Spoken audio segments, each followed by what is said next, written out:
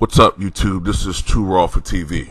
Alright, so before I get into this video, I want to give a shout out to Jacob Jennings for his contribution to the channel.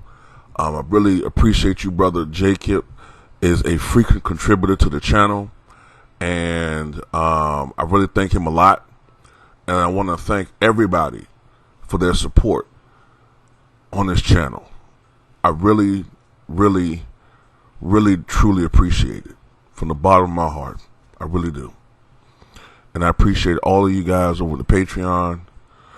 I know over the last week or so I haven't been as active. There have been some changes in my work career, so I don't have the time I had earlier.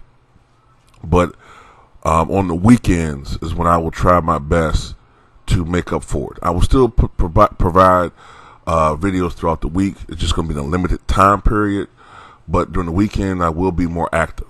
All right. So one of my subscribers brought this to my attention. It was a take that Colin Cowherd had on Kawhi Leonard's career, or to be more specific, his place in history if he was able to win a third title this year. Now, he said that in his opinion, his take is, if Kawhi was to win a third NBA championship, that would make Kawhi, in his opinion, a top 5 all-time player. He brought up the fact that Kawhi will have won Finals MVPs with 3 different franchises. He's won Defensive Player of the Year multiple times. He's brought up his defensive prowess. He's the number 1 guy in the NBA to get a stop and then a bucket, for his team.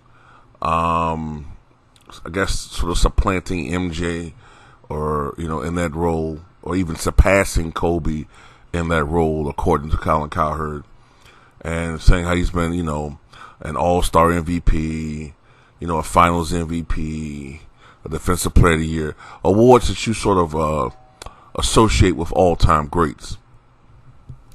Now, I know a lot. The person who sent this to me, they thought it was pretty absurd.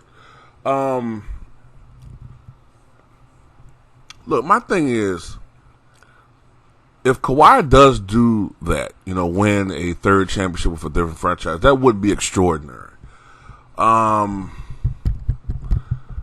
brought up about points shouldn't be that, important. And he brought up, it's like saying, well, look, a guy like Elvin Hayes scored a lot of points. And, he was talking about Paul Pierce. And, he brought those 2 guys up, and he brought up Carmelo Anthony. But in particular, he brought up Anthony and Hayes for a reason. Now, Carmelo Anthony is known for being, although he scored over 26,000 career points, he's also known for being a guy that supposedly is selfish, a shot jacker and all that. And he brought up Elvin Hayes. He's a slick bastard, by the way, Colin Cowherd. He brought up Elvin Hayes because Elvin Hayes, despite the fact that he won a title with the then Bullets in 1978, Elvin Hayes was sort of known as a guy who was a shot jacker, kind of only cared about his points, and he was also a guy that had a reputation at times for faltering down the stretch in games that, or wilting in certain circumstances when his team needed him. So he was slick in bringing it up, but still, points are important. Now, I don't agree with Nick Wright on any goddamn thing. You guys know that. But look, I can't put a guy in the conversation with Mike and Kareem and, Wilt and even Kobe and Bird and Magic. I can't put a guy who, as great as Kawhi Leonard is, I cannot put a guy like that in that conversation who's only been talked about as a top 30 player only in the last 2 years. Nowhere in the first 5 to 6 years of his career was anybody even looking at Kawhi as a top 100 player. Okay, now don't get me wrong. Over the past couple of years, he's had a meteoric rise, which highlights his how hard he's worked to improve his overall game. Whatever someone says has been a weakness of his, he's worked very hard to improve that over the past couple of years. What was the main thing people said was a weakness of Kawhi Leonard? His playmaking ability. You can see that over the past year, last 2 years, he's really worked hard to improve that aspect of his game. He wants to be known as a complete basketball player. I love his game. You know what I'm saying? You guys know I'm a fan of his. He sort of reminds me of his mindset. He does have the Mamba mentality. He does want that mantle of respect in the NBA in this generation. He does have some attributes of Jordan within his skill set. He doesn't have Michael's blinding explosiveness, but he has some Jordan-like mannerisms. Some things you can tell he picked up from Mike's game. But having said all of that, no, Kawhi, the first couple of years of his career, nobody would have said this is a guy that's going to be top 50. You know what I'm saying?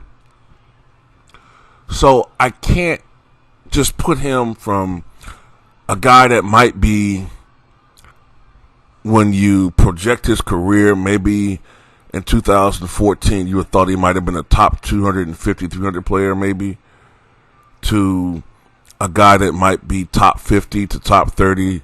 Now I'm going to say he's a top 5. I don't know about that. Right now, if I had to rank Kawhi Leonard, it's hard because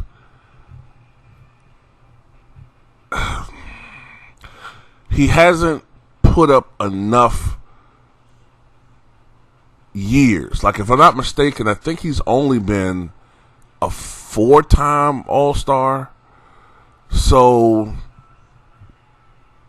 I know he missed one whole season with the injuries. He's going to miss a lot of games. I don't expect him to score 25,000 points. Okay, I get that.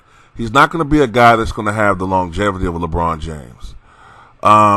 Right now, I would put Kawhi top 50 just because of what he has accomplished in this short amount of time. But I can't put him over a Tim Duncan.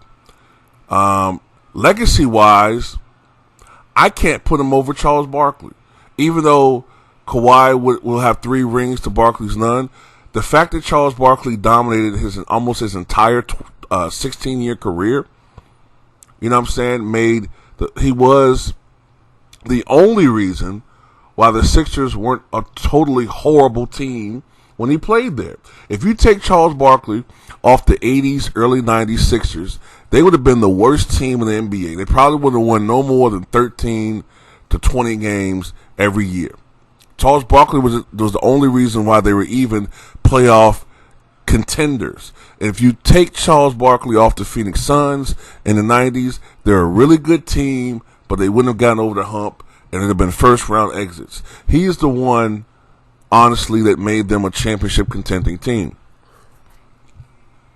You even saw the productivity with Charles Barkley at the end off of one leg, still averaging 15 points and 10 rebounds. To me, that's what you see. That's the typical productive Hall of Fame career. A guy that's been dominant from the beginning and for most of his career. Kawhi, I get it. He's been a room in progress. I also understand that Popovich has, a role in this. He held him back, so his numbers are going to suffer. I get that. But at the end of the day, Kawhi Leonard of 2020 is a far better player from the Kawhi Leonard of 2011, 12, and 13. Far better player. Even if you put Kawhi in the Spurs system now, his numbers would be lower, but he still would have been a better and more dominant player than he was 9 years ago.